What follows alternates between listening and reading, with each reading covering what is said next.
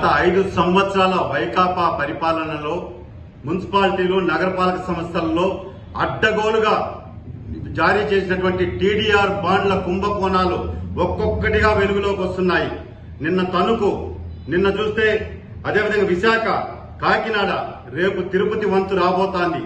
నేను ఒకటే విజ్ఞప్తి చేస్తున్నా, డిమాండ్ చేస్తున్నా, తిరుపతి టీడీఆర్ బాండ్ల అవినీతిని లెక్కలు తేల్చండి.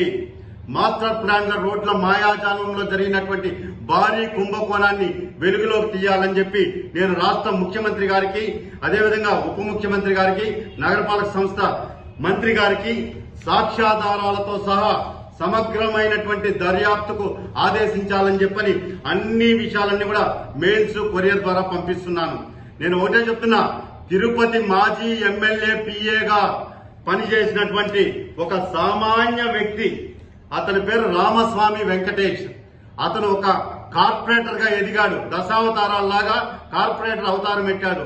ఒక పిఏగా, ఒక కార్పొరేటర్ గా మీరు ఈ టీడీఆర్ బాండ్ల కుంభకోణంలో కీలక పాత్ర పోషించిన వ్యక్తి. నేను ఒకటే డిమాండ్ చేస్తున్నా, ఇంటెలిజెన్స్ నిఘా వర్గాలన్నీ కూడా ఈ రామస్వామి వెంకటేష్ మాజీ ఎమ్మెల్యే పిఏ కాకముందు ఆస్తులెంత, ఎమ్మెల్యే పిఏగా కార్పొరేటర్ గా మారిన తర్వాత అక్రమంగా అడ్డగోలుగా సంపాదించినటువంటి ఆస్తులు ఎక్కడెక్కడ ఉన్నాయి అన్న దాని మీద సమగ్రమైనటువంటి దర్యాప్తుకు ఆదేశించాలి. ఎందుకంటే తిరుపతి నగరం అభివృద్ధి చెందాలని చెప్పని ఎంతో మంది స్థానికులంతా కూడా స్వచ్ఛందంగా మాస్టర్ ప్లాన్ రోడ్ల కోసం భూములు ఇచ్చారండి. కొంతమందిని అధికార బలంతో, అహంకారంతో బెదిరించి భూములు, స్థలాలు లాక్కున్నారు. అయ్యా, మేము కోర్టుకు పోయి కోర్టు ఆర్డర్ ఉంటే కూడా ధిక్కరించేశారు. దీనికి అప్పుడున్నటువంటి కమిషనర్లు సంపూర్ణ సహకారం అందించారు. ఎందుకంటే ఆ టీడీఆర్ బాండ్లలో వాళ్ళకు కూడా వాటాలు వచ్చాయి కాబట్టి ఇష్టానుసారంగా అధికారాన్ని, అహంకారంతో బెదిరించి ప్రజల్ని భయపెట్టి వాళ్ళు వద్దంటే కూడా రాత్రికి రాత్రి రోడ్లు వేసేశారు. దానికి సహకరించారు సబ్ రిజిస్ట్రార్ కార్యాలయం అధికారులు కొంతమంది. నేను ముఖ్యమంత్రి గారికి ఒకటే విజ్ఞప్తి చేస్తున్నా, రాష్ట్రంలో జరిగినటువంటి అతి భారీ కుంభకోణాలలో ఈ ట్రాన్స్ఫరబుల్ డెవలప్మెంట్ రైట్స్ టీడీఆర్ బాండ్ల కుంభకోణం అతి పెద్దది. అందులో తిరుపతి టాప్ 3లో ఉన్నది. కోట్లాది రూపాయల కుంభకోణం జరిగింది. దీని మీద విచారణకు ఆదేశించండి. ఈ రోజు ఎవరైతే రామస్వామి వెంకటేష్ ఉన్నాడో అతనికి తోడుగా మరో 5 మంది కార్పొరేటర్లు ఎవరైతే భూములు ఇచ్చిన వాళ్ళు ఉన్నారో ప్రజల్ని, వాళ్ళని భయపెట్టి మీకు మార్కెట్ వాల్యూ కన్నా ఎక్కువ చేస్తామని చెప్పి ఎక్కువ చేయించి ప్రజాధనాన్ని కొల్లగొట్టారు, ప్రభుత్వ ఖజానాకు కన్నం పెట్టారు.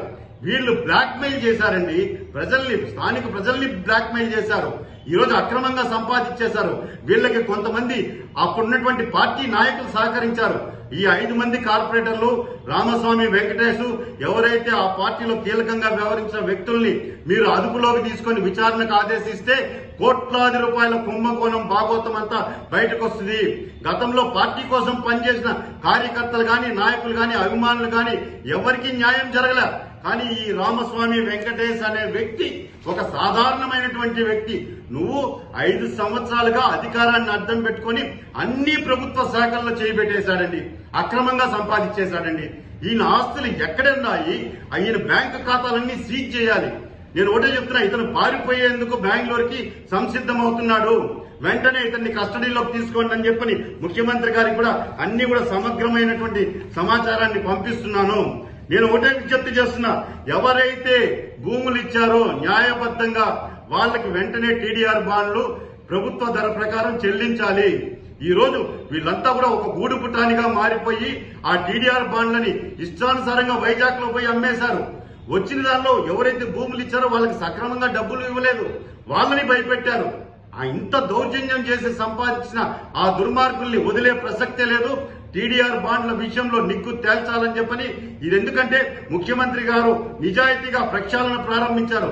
ఉప ముఖ్యమంత్రి గారు పవన్ కళ్యాణ్ గారు కూడా పదే చెప్తున్నారు. కాబట్టి ప్రజలంతా కూడా ఎన్డీఏ కూటమి వైపు చూస్తున్నారు. టీడీఆర్ బాండ్ల అవినీతి మొదట తిరుపతి నుంచి ప్రారంభించండి. ఈ దుర్మార్గులందరినీ కూడా కస్టడీలోకి తీసుకోండి. ఇతను ఎన్ని అరాచకాలు చేశాడు, ఈ రోజు ట్రాన్స్ఫర్స్ లో గాని, పోలీస్ వ్యవస్థలో గాని, టీటీడీలో గాని, అన్ని నగరపాలక సంస్థలో గాని ఎక్కడంటే అక్కడ ప్రభుత్వ భూములే కాకుండా ప్రజల భూములను కూడా ప్లాట్లుంటే ప్లాట్లను కూడా దౌర్జన్యంగా ఆక్రమించారండి వీళ్ళంతా.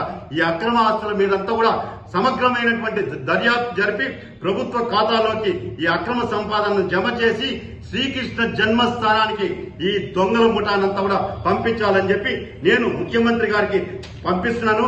నేరుగా వెళ్లి త్వరలో కలుస్తానని చెప్పి కూడా నేను తెలియజేసుకుంటున్నానండి.